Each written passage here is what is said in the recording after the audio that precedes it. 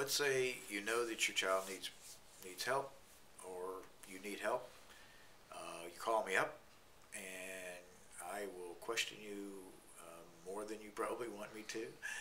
But I need to know what's going on. I need to know the symptoms. I will ask you what you've done about it, where you've been, what's not working, what's working, and decide whether or not this is significant enough for me to get involved in. I will discuss with you uh, the the time and the cost that it will be for me to diagnose what's going on, that will derive a treatment plan and specific kinds of things that need to happen. If we come to you, I'm going to ask you to get at least 2 people, if you can, that are known to not have the difficulties that your child has or that you have. And I may have to interview those people in order to be able to know that for sure. I don't want to have to train the trainers and fix their problem before we have to fix somebody else's. So we need to have people that are clearly able to do the trainings. Then if you want us to come and train those people, that's what we do. My wife and I work together as a team to do that, and the training takes somewhere in the neighborhood of 40 hours. It depends upon the people. It's a little bit open-ended because it depends on the people, but we have a scheduled time of 45 hours actually, and sometimes it can be less. We then would come, and after having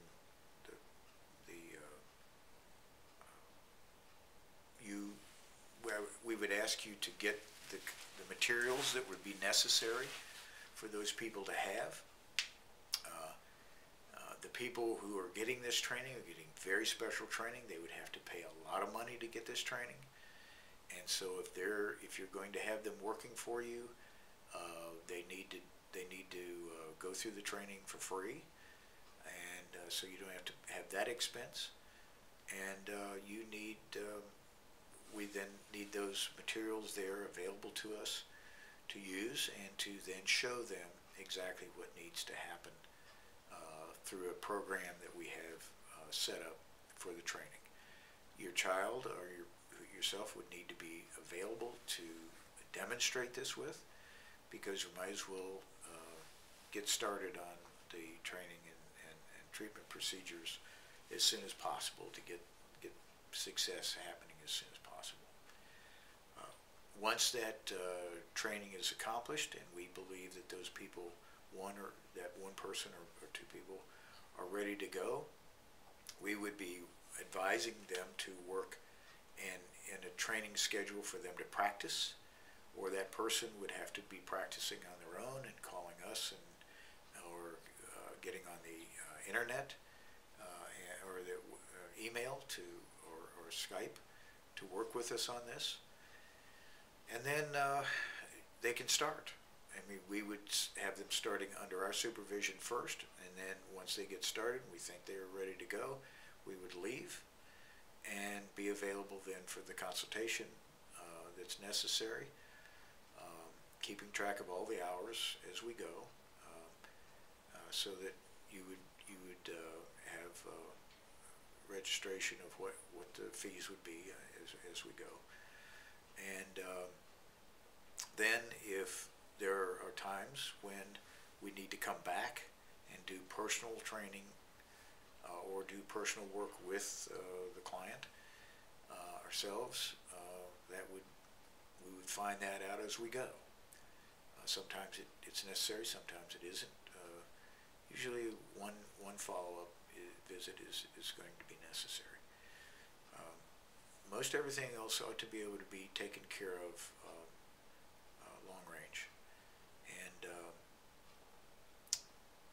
then as glitches happen, or because they're inexperienced, they can't figure out how to do certain things, we try to fix them long range, and if we can't, we need to come back and work with them again, and maybe work on something that they didn't quite get before, and just keep the process going.